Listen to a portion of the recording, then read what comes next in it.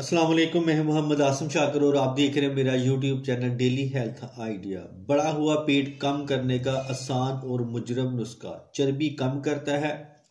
Whole Shafi, ajwain देसी 50 ग्राम, जीरा सफेद 50 ग्राम, अलसी बीज 100 ग्राम। तरकीब तैयारी: तीनों को आहनी तवे पर हल्के गर्म करके अलग अलग पीस कर मिला लें।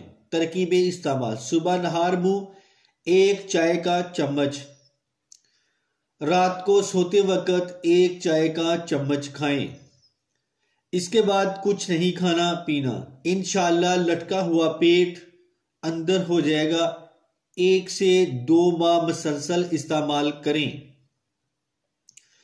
तो आपका पेट अंदर हो जाएगा इंशाल्लाह। तो इसके साथ ही मैं अब इजाजत चाहता हूं। दुआ में याद रखना और अपना खास ख्याल रखना। अस्सलाम वालेकुम।